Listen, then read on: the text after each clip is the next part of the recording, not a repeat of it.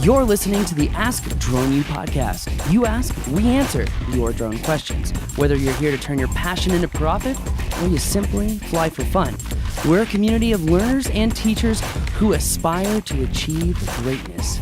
We are Drone U.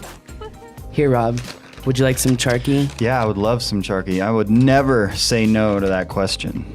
Really? Just FYI. Oh, well, thank you. I mean, I could have just had Gosh, grab the whole bag there. a big old New Mexico burrito. And you'll Gut still bomb. eat charky? And I will still eat charky. It's funny, I see a lot of people in the Drone U community posting about it now. Really? Mm-hmm. Cool. I kind of Master make loud plan. noises when I eat. Is that weird? I think it's totally natural. When you're eating charky? Actually, I think it's weird if you don't make noises. A lot of people wonder how charky is so good. It's rather simple. Mm-hmm. Just 4 ingredients. All natural. Mm-hmm. They literally grow the barley that's fed to the sheep, filter the water, then use the ancient Peruvian Incan style to process the jerky. Be so stingy with that stuff. Sorry, geez. Well, I'll finish explaining it to you so that Rob can continue eating. But if you love delicious, savory snacks, you don't want all the calories, you don't want all the chemicals, and you want a great taste, you've got to check out Charky, because honestly, it's good. So this bag has 90 calories, only 8 grams of sugar, 10 grams of protein. It's a great mix of sweet, a little bit of spice. It's tender. I could go on and on. It's really, really, really good stuff. Get yours today on Amazon. And by the way, I don't get crap for saying that, other than maybe another bite of charky. Other than we bribe you with the Charky itself. Yeah. Check it out, guys. 3 flavors, sweet and spicy, red chili, salt, pepper. If you're paleo, the salt and pepper is for you. But if you like sweet and spicy or teriyaki, check out that sweet and spicy. Just go to charky.love. All right, Rob, what are we talking about today? Well, we got a really good question. I know you're still eating, but I'll just keep eating and talking, forgive me. And it's just talking about gimbals and versus the Osmo, and maybe we should just listen to the question. let's do it. By the way, this is episode 546. Glad you're with us. Hey, what's going on, guys? My name's Jonathan here from Raleigh, North Carolina currently. My question is in regards to when you have a full video production company. For the videos, I find that why not just combine a Sony a6500 or 6300 with a third-party motorized gimbal stabilizer, which can be expensive, I know. About the cheapest one I found was like $600, instead of just buying a DJI Osmo. I know, Paul, you had mentioned before you have an Osmo that you use as well as a Sony for that 4K glorious crispy footage. My question is it worth it to get that camera and an Osmo? I am starting out, so I have a lower budget. I'm trying to stay within, but I am committed to getting great gear. So if you think I should get an Osmo, basically my question would be why, as opposed to just getting one gimbal that I can keep putting on a new camera onto it for a similar price. And again, I know that the Osmo is pretty much cheaper than any third-party gimbal motorized that I could get for my Sony, but I really want to know, because if I got the Osmo, that camera's going to become obsolete in a couple of years. I mean, it's a great camera, but I'd have to probably replace it. So I'm a little concerned about that as well. Thanks so much for your help, guys. I appreciate it. Thank you for the question. I think it was actually phrased really nicely, laid out there well for you. So I think... I think the answer is simple there. Really? Bald-headed Bureau. Yes. Let me just add one person of the Bald-headed Bureau. But yes, it is simple. For me, the answer comes down to this. Do you want to take pictures? Because if you want to take pictures as a part of your real estate package, I would say you're going to need the Osmo Pro or the Osmo Plus in addition to your camera. Now, if you don't need to take pictures, or if you're shooting in a lot of low light environments, it may be best to just buy a Ronin MX gimbal and put your your camera on a gimbal, why would I recommend the Ronin MX over any other gimbal? It's actually really, really simple. It's the touch sensitivity in the app. So the reason I like the buttery smooth footage from the Osmo is that I can mount the Osmo anywhere in a room. I can mount it on a car, I can mount it on a building, I can mount it on a window, and I can actually control the pan and tilt with the touch of my finger on the app. Now you can do that with a full-size camera in the Ronin MX as well, but I would simply say that, if you're doing mostly video, I would go with the Osmo Pro and leave the camera behind, but I love having the flexibility that the a6300, a6500 offers with the 1080 120 and the 4K 30, but it's 100 megabits per second, so it's super, super crispy. And I like having that. I never put that on a gimbal though, because I just use my Osmo for all of those gimbaled shots. I normally use my 6300, 6500 for slides. I normally use them for like on-camera stuff, like interview scenes. But if you need to do pictures and video as a package, I would say that you need a camera and you need an Osmo Pro or an Osmo Plus. You can get away with an Osmo Plus. It's not going to be nearly as good as the Osmo Pro, but you can get away with it. Because the Pro has zoom too, right? The Pro would have zoom if you put a Panasonic 14 to 42 millimeter lens on it. Okay. But the Osmo Plus has zoom, and then there's the regular Osmo, and then there's the Osmo Mobile.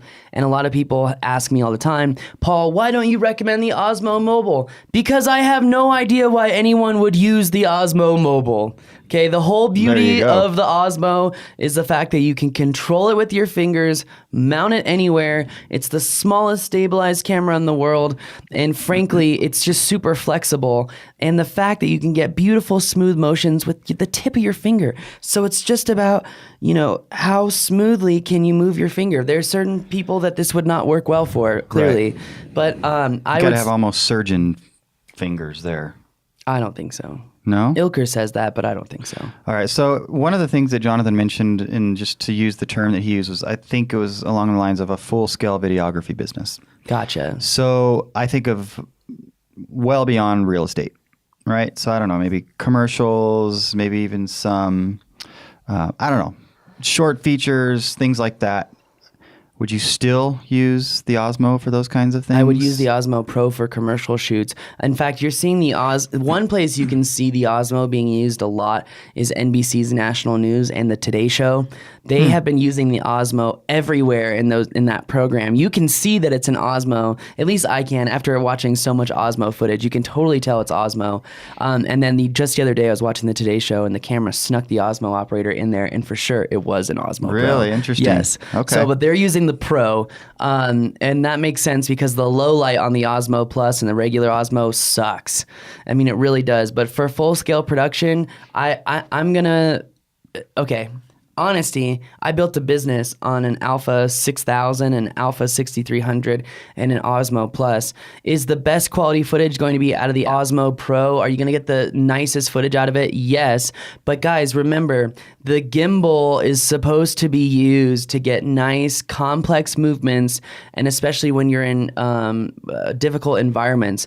And if you buy a gimbal for just your 6300, you're going to find that unless it's like a Ronin MX, you're really not going to get the flexibility that you could get out of an Osmo Pro. So some of those lower end gimbals that Jonathan referred to, what I hear you saying is just stay away from them. Well, you don't have nearly the control that you do in the other gimbals. Like you don't have the, what is it called? The rotational control. Mm-hmm. You don't have the different ways to control the gimbal. Like with the Ronin MX, there's 3 different ways to control the gimbal: the handheld movements, the thumb movements, and then the app itself. I mean, I can't even recommend the Ronin because you can't use the app in the Ronin. And I see so many people just using a Ronin to get, smooth shots while they're out in the field and whatnot. And that's great. But unless you're shooting slow-mo and you want to stabilize a slow-mo camera, I don't see the point in getting the Ronin MX. Because what's the price on something like that? It's pretty hefty. The Ronin MX? Yeah. Let me check really quick. Last time I looked, I think it was like $1,500. Yeah, that sounds about right. So, yep, Ronin MX gimbal, $1,599. All right. But the DJI Ronin M is now only $1,000. So if you're an outdoor shooter and you already have a nice camera and you don't want to spend $1,500 or $2,000 on an Osmo Pro, you'd rather just get the Ronin M, that may be the right thing for you. I mean, Rob, it really depends on everyone's unique situation. If he's going to try and, get photos out of the camera, then he needs to keep his 6300. If he thinks he can get everything out of the Osmo and it's just video, great. But again, it sucks at low light. So it really depends on, what he wants. For me, I want flexibility. Right. So for me, I have the 6300. I don't have a gimbal for it. I just use it for slides. I use it for, again, just very simple shots. And I have my Osmo for the complex shots, because remember, the more complexity that you have in the shot, as long as it's smooth and it's slow, the more complexity you have, the less that the other things matter. They still matter, the other variables I'm talking about. Right. They still matter, but not nearly as much, because the eye has a harder time picking it up, especially the audience eye. Mm-hmm. So. All right.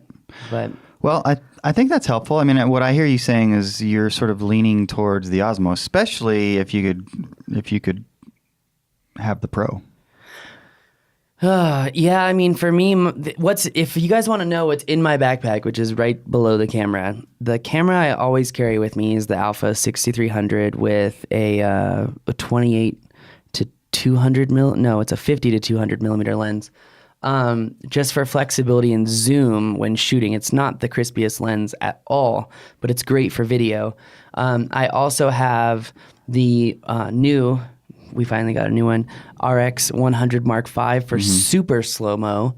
And then I have my Osmo in there. And I took my GoPros out of that bag a long time ago. Right. But I'm quickly realizing that there are still many uses for GoPro. And I would say one of them is, just behind the scenes footage, and also that watching your landing and takeoff area. Remember we talked about that on a podcast a little while ago? Which is a great idea. Yeah. So anyway, but I hope that answers the question. I didn't do that nearly as succinctly as the first time we discussed it. Yeah, we talked about it before going on air. But no, I think it totally, I mean, you just, went into a little bit more depth is all. But yeah. I think that answers your question, Jonathan. If not, as we say to everybody whose question we answer or we try to answer, get back to us. Yeah, and again, I would just say if you're doing video only, the Osmo Pro is an amazing tool for that.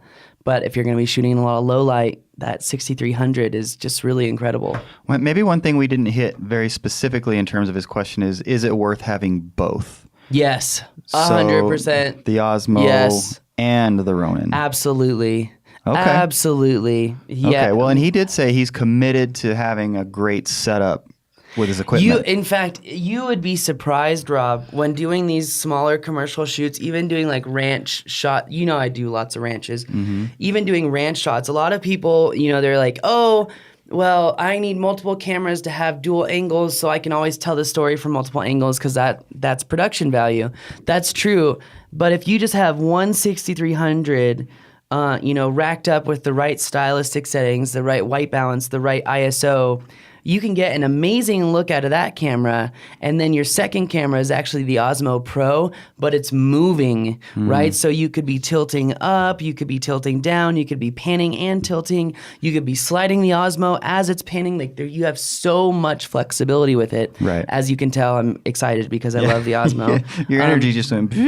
Well, this is what I do. Yeah. I mean, this is what I do now. I went from just a 6300 to a 6300 and an Osmo Plus. I don't have an Osmo Pro, but I plan on getting one. Newsflash, Rob. So anyway.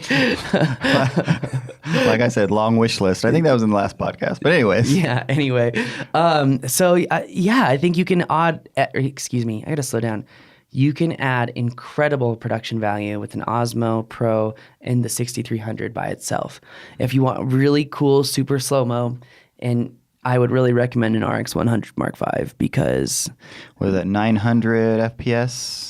960 FPS. 960. So we'll round up to 1,000. Yeah, just why not, right? Sounds better that way. It is amazing. I mean, I've seen some of your footage with that thing. Did you see the Lake Pleasant video? Yeah. Where she crescents and she's like surfing and then she jumps and her arms and legs crescent over the sun as it's setting at 900 frames a second and it looks nasty. It's sweet. It's sweet. Yeah, so, it's unique. You're not seeing a lot of that because not a lot of people. It's a relatively new camera, number one, right? To be able to get that kind of footage for that kind of cost is insane. Exactly. The thing is you have to have good light.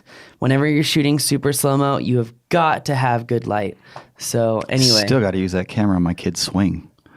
Yes. In fact, we need to go out. We need to break that thing down. What we should do is instead of going to the gym, we should go get you running up the trail so I can get the slow-mo for that commercial for Turkey. That's right. Anyway, so Rob's going to be in a commercial. That's the least I could do. All right, guys. Well, that's going to do it for us today. Hope you enjoyed that. I know I rambled. I ranted. Thanks for your patience. Yeah, absolutely. And if you guys have a question, go to askdroneu.com. Please subscribe to the podcast. If you haven't done that, please leave us a review. All those things are super, super helpful. And to help the industry, spread this around. Let your friends know about what we're doing here. And thank you for being a part of what we're doing here. It's because of you guys that this thing keeps going. Definitely. And God, those reviews, the shares, guys, they mean a lot to us. So we really appreciate it. But again, thank you very much, and we will see you next time. My name is Paul. My name is Rob. This is Ask Drone U.